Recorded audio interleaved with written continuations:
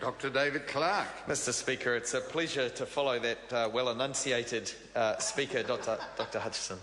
And I rise to support this bill, as my colleagues have done, recognising the work of customs and other border agencies on the front line. Their contribution is a very important one to New Zealand. And of course, this initiative was conceived when Labor was in government. And Labor has continued to support the initiative since that time, because we accept and acknowledge the importance of good border management, and a single trade window will create a hub for exchanging information.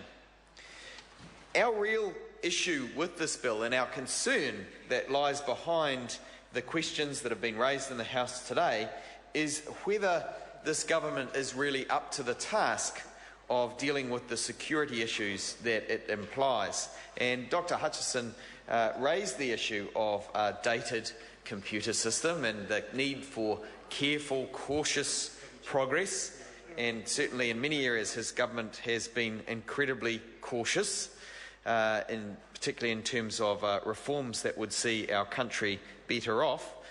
But this particular instance does warrant further discussion, because we of course think immediately of NovaPay. And NovaPay was something that the New Zealand public felt through seeing the teachers of this country incredibly distracted who teach their children, stressed because they couldn't pay their mortgages when payments didn't go through. But I want to also credit the teaching profession with the amazing professionalism with which they've handled for many, many, many months now the disaster that the government inflicted upon them in the NovaPay system. And Dr. Hutchison rightly says that this needs to be tested thoroughly for all bugs before it's put live. And of course that was the very mistake that was made with NovaPay. That was not done, Mr. Speaker, and teachers today are still dealing with the consequences. We remember also the ACC case of privacy breaches, and there were many there. There were many at the ACC. Perhaps the members opposite would like to talk a little bit about them, because they haven't mentioned those breaches in their speeches. If I can get poetic, I sound like a Sneetches. Mr. Speaker, this is a serious issue though, because it is of concern. The IRD's computer system is the one I wish to talk a little bit about, which of course is 23 years old, 24 years old now, or thereabouts. And this computer system that it is being replaced is 15 years old. There appears to be a National Party member coming close by. And it's important to recognise that the government has a terrible track record on this, and the person now responsible for overseeing data security in the government is the person who will not deny that he made available the Kitteridge report to a Fairfax journalist, Peter Dunn. And so these concerns are very real, because the government's track record on data security is abominable. There is seldom a word that could more accurately describe their trade record on anything than abominable on data security. These ACC and NovaPay breaches were terrible. I particularly was concerned about the ones that were revealed in the IRD when I was last spokesperson for revenue.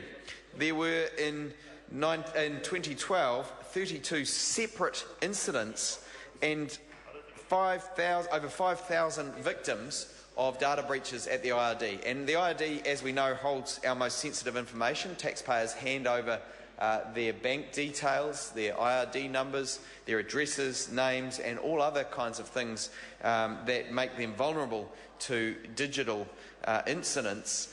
And the IRD released information on 638 people in 2012 that it considered so serious that it had to put security measures in place to prevent identity theft.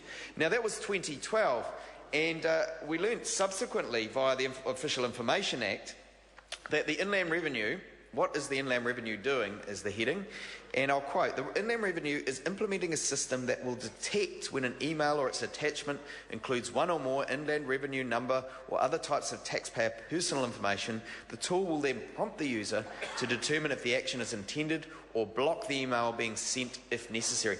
This information is contained some advice to the Minister on how to respond to the bad publicity around the security breaches in 2012. Now, we can only assume that that system was either ineffectually implemented or it was spin from that government opposite and came out of one of the Minister's offices, because what we now know is that the following year, the number of data breaches went up over 400%. Over 400% at the IRD. This most special and sacred information that we hand over to them, that they said they would implement a system to fix, got 400% worse the next year. And viewers at home may or may not be able to see this graph.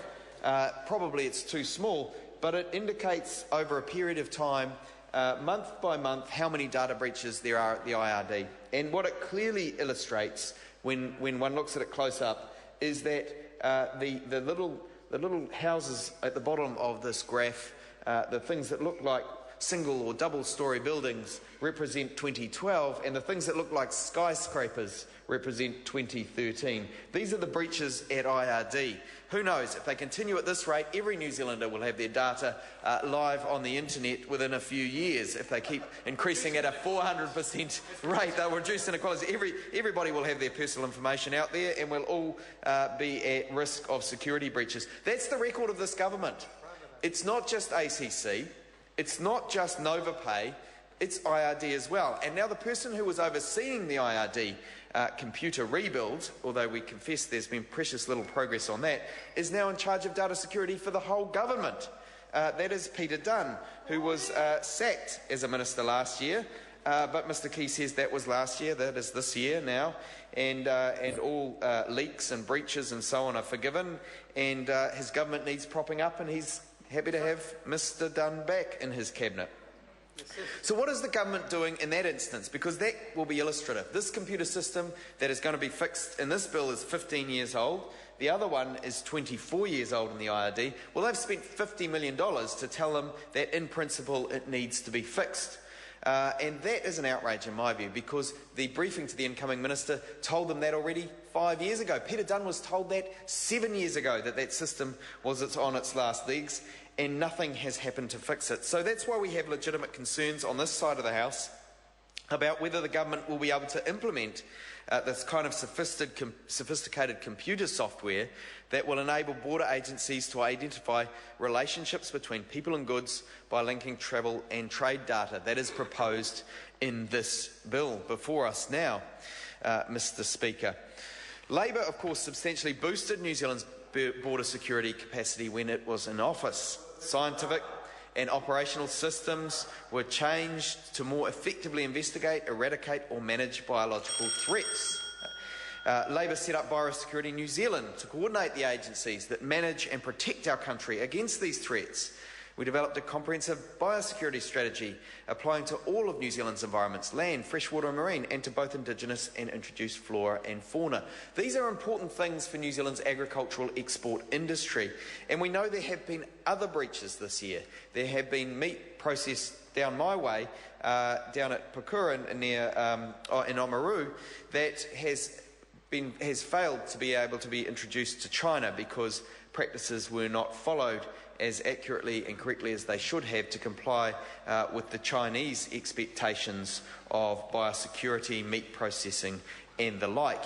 And this government has overseen those poor decisions that were made, and what it has done in the meantime is not strengthen biosecurity. It has not made the systems changes that would prevent that, because we see time and time again things going wrong in our biosecurity system. This government has a poor track record on it. We commend the intention to improve our border processing. It is essential that we have efficient and effective systems at our border. It's in our national interest to have effective and efficient systems at our border. We're a trading nation.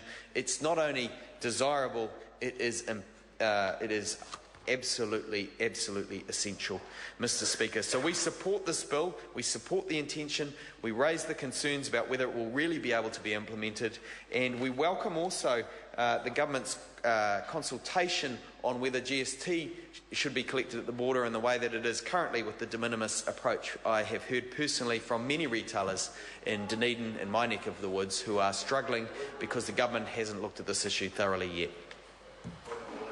Point of order, the Honourable Tony Ryle. Mr Speaker, I seek leave to correct the answer to a supplementary question I gave this afternoon. Leave is sought for that purpose. Is there anyone opposed? Thank you, Mr Speaker. In my answer to the last supplementary question from Mr Haig this afternoon, I should have said, with respect to the audit and compliance people based in Christchurch, and you will be aware that in the weeks after the matter was referred, and I had said letter, and secondly, it obviously follows with respect to the Christchurch earthquake that it would have